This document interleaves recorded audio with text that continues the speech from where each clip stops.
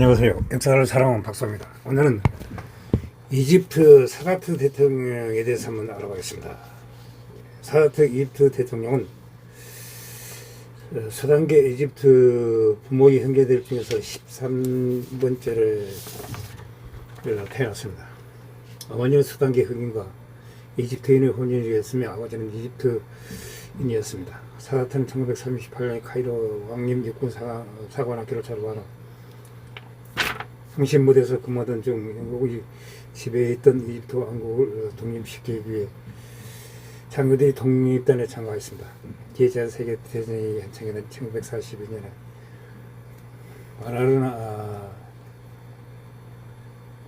아나르 사다트는 이집트 독립을 위해 당시 알메인에 있었던 에르빈 논맨과 함께 카이로 시내에서 사다가 영국군에게 테러 용의자로 투옥됐습니다. 증거 불충분으로 총살을 당하는 신세는 면했지만 군적을 박탈당한 채 이집트 감옥 내에 있던 병원에 감금되었습니다. 그러던 중 1943년에 타라바의 제2차 세계대전이 끝날 때까지 카이로의 일본 병원에 숨어 지냈습니다. 상하럽게 등기던 나세르와 함께 자유장교단을 결성하여 제2차 세계대전이 끝나는 뒤 1950년 이집트 왕국이 파르코 일세를 축출하는 쿠데타를 일으켜 고관장을 세웠습니다. 쿠데타 당시 국민들에게 혁명 공장을 라디오와 TV를 발표하는 역할을 하였습니다. 1960년부터 69년까지 국회의장 등의 중요 관직들을 영임하다가 1963년 대통령이던 나시르에 의해 이집트 부통령에 지휘하였습니다. 다시 1969년 이집트 부통령직에 있었습니다. 그러던 중 1970년 9월 28일 나세르가 심장마비로 죽었습니다. 나세르 대통령 뒤를 이어 대통령이 되었습니다. 나세르와 달리 경제적으로 자본주의를 추구했던 사다트는 집권 이후 반대파를 제거하는 동시에 나세르의 사회주의 국민화 정책을 변경하기 시작하였습니다. 사다트는 이집트 내에서 강력한 힘을 발휘하는 이슬람적 간섭들을 없애는 정책을 추진하였습니다. 특히 1973년 10월에는 시리아와 함께 이스라엘을 동서양쪽 전선으로 기습 선제 공격을 가하였습니다. 제4차 중동 전쟁이 발발하였습니다. 개전 초 이집트군은 즉시 동원령을 발언하는 데 실패한 이스라엘군을 거세게 몰아붙였습니다. 중동 전쟁 사상 최초로 연합 측이 세계 당당하게 내세울 수 있을 만한 군사적 성과를 거뒀습니다. 전일 정변 이스라엘군이 대대적인 반격을 시작했습니다. 이를 막아내지 못하고 수요지 남다리 제3군이 포위당한 채 전쟁을 마쳤습니다. 그러나 번번이 이스라엘에게 패배하기만 했던 이집트 아랍 진영에게는 이 정도의 분전도 충분히 의미 있는 군사적 성공이었습니다. 덕분에 사다트는 이집트와 아랍 국가들 사이의 전쟁 영웅으로 칭송받았습니다. 전쟁이 이스라엘의 군사적 승리로 종결됐다고 해서 사다트의 계획도 함께 끝난 것은 아니었습니다. 오히려 진정한 노림수는 이제 시작이었습니다. 이미 개전 전부터 이집트의 후경국을 소련에서 비극으로 갈아치울 수 있다는 신호를 보내던 그런 1974년 이런 미국과의 외교 관계를 복원하였습니다. 자료의 기회를 기획한 헨리 키신저 미 국무장관을 중재하에 이루어진 전후 협상에서 이집트는 이스라엘군과 세계 운하 동안에서 난다른 약속을 받아냈습니다. 1967년 이후 거의 10년 만에 이집트 최대의 시번 중 하나였던 세계 운하가 재개통된 것입니다. 이스라엘은 그 대가로 미국의 대규모 지원 패키지를 얻었고, 미국은 사다트에게서 친미 노선으로 전환을 받으며 이집트라는 아랍 세계 최고의 외교적 카드를 전해놨습니다. 소련만 제외하면 모두가 웃을 수 있는 거리였습니다.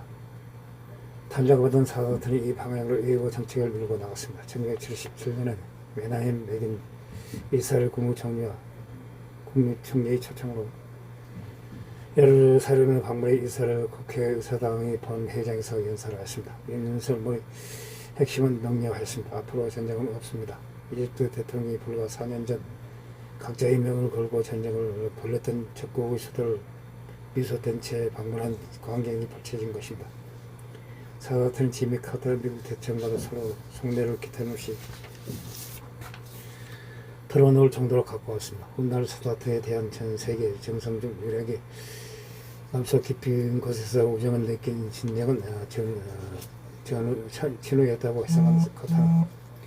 사다트와 백인을 미국 대통령 별장인 캠프 데이비드로 초청해 양국 간의 항구적인 평화 협상을 중재했습니다.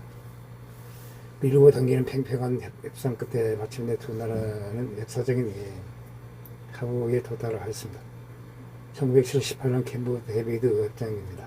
이스라엘은 1967년 새3차 중동 전쟁으로 점령했던 시나이 반도를 반환하고 이집트는 그 대신 이스라엘을 외교적으로 승인하고 평화협정을 맺은 후 국교를 수립하기로 하였습니다. 세계가 놀란 이 합의로 사다트는 메나헴 백인과 함께 1978년 노벨 평화상을 수상하였습니다. 3차 중동전이 굴욕에 대한 기획이 살아있던 4차 중동전 이전까지는 아랍 국가에서 이스라엘과 이란에 이런 협정을 맺는다는 것 자체가 정치적으로 자살을 행위였겠지만 사다트는 욤키푸르 전쟁에서 놀랄만한 군사적 성과를 거둠으로써 이것이 패자로서의 굴복한 것이 아니라 대등한 입장에서 국가의 미래를 위한 결단을 내는 것이라는 대의를 내세울 수 있었습니다. 실제로 캠프 데이비드 협상은 이후 수십 년간 살아나와 이집트 이스라엘 관계가 기반이 됨으로써 그 경고함을 입증하였습니다. 그럼에도 아랍 진영 내부에서는 팔레스타인을 위시한 동포들을 재벌했던 혹독한 비판이 나왔습니다. 불과 몇 년 전 이스라엘과 이 전쟁에 승리한 아랍 민족주의 영웅이 배신자로 낙인 찍힌 것이 되었습니다. 이집트 국내의 강경 이슬람주의자들도 사다트에게 등을 돌렸습니다. 설상가상으로 경제 자유를 포함한 외국 자본이 또 사다트 정부가 경제에서 모형한 바람에 오히려 이집트 사회의 격차 심화, 구정부패의 만연으로 이어지면서 사다트 정권에 대한 국민들의 지지율은 점차 내려가기 시작했습니다. 그러던 중 1979년 이란에서 이란 혁명이 일어나 팔레비 왕조가 전복되었습니다. 사다트와 친했던 팔레비 2세는 이집트로 망명하였습니다. 그 후 바레인을 거쳐 미국으로 망명하였다고 합니다.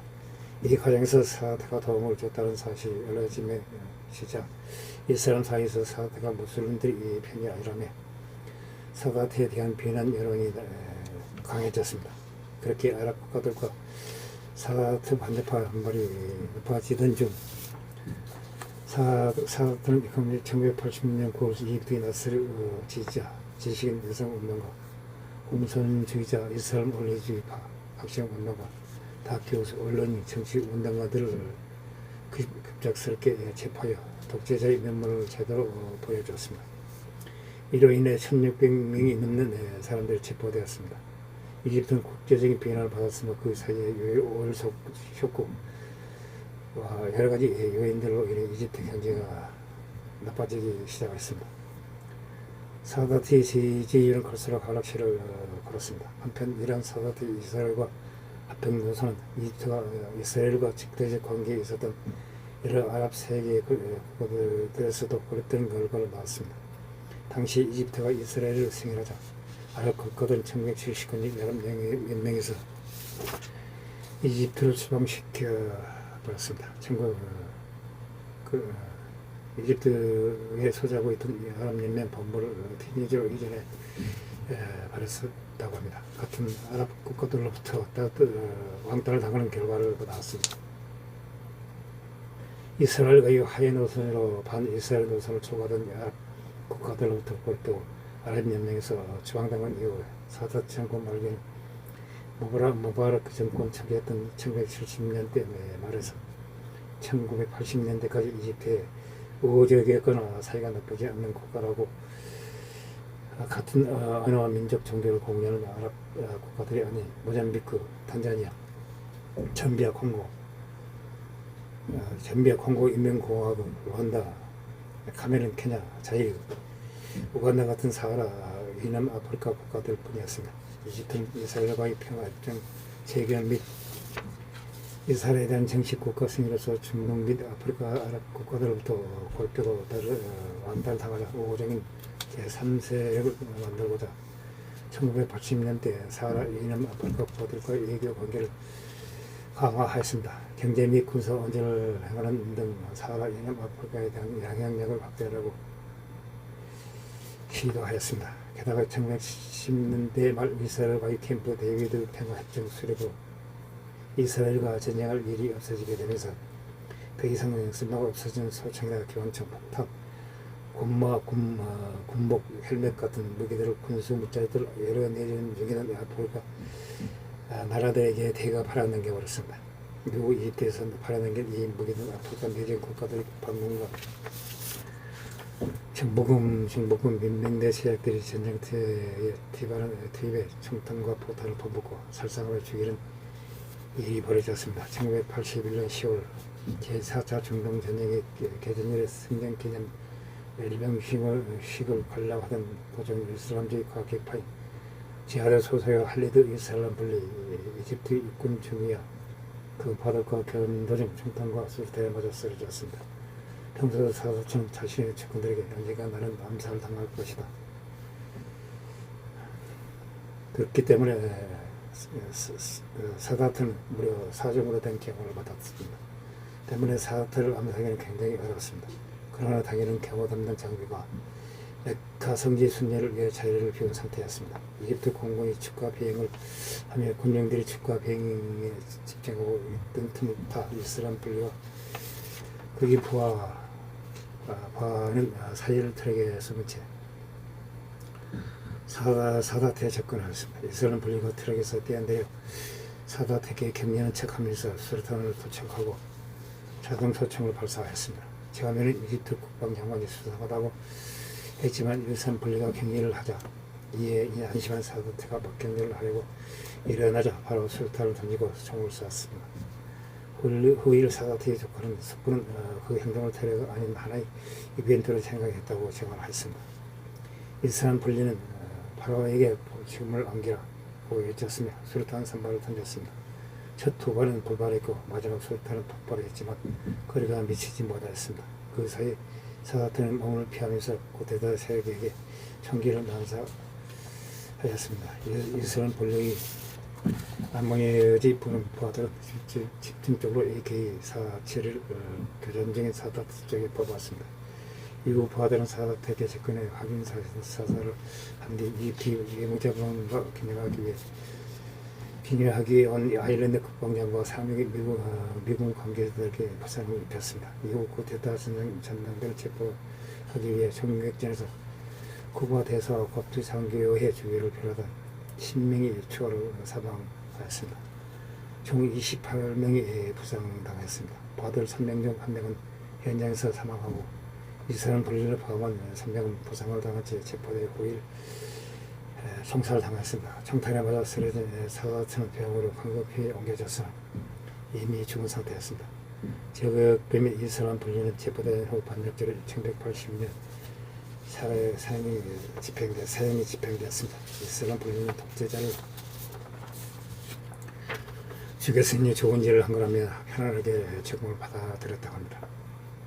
당시 부통령이자 제4차 중동전쟁 당시 공군 장성이었던 호스니 무라바크도 이때 손에 총성을 입었지만 간신히 죽음을 면했습니다.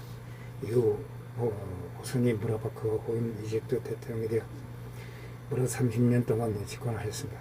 2011년 아랍의 봄으로 이어진 2011년 이집트형으로 무라바크는 퇴진하였습니다. 이상 이집트 대통령 사다트에 대해서 한번 알아봤습니다. 항시 부족합니다. 양해 부탁드립니다. 감사합니다.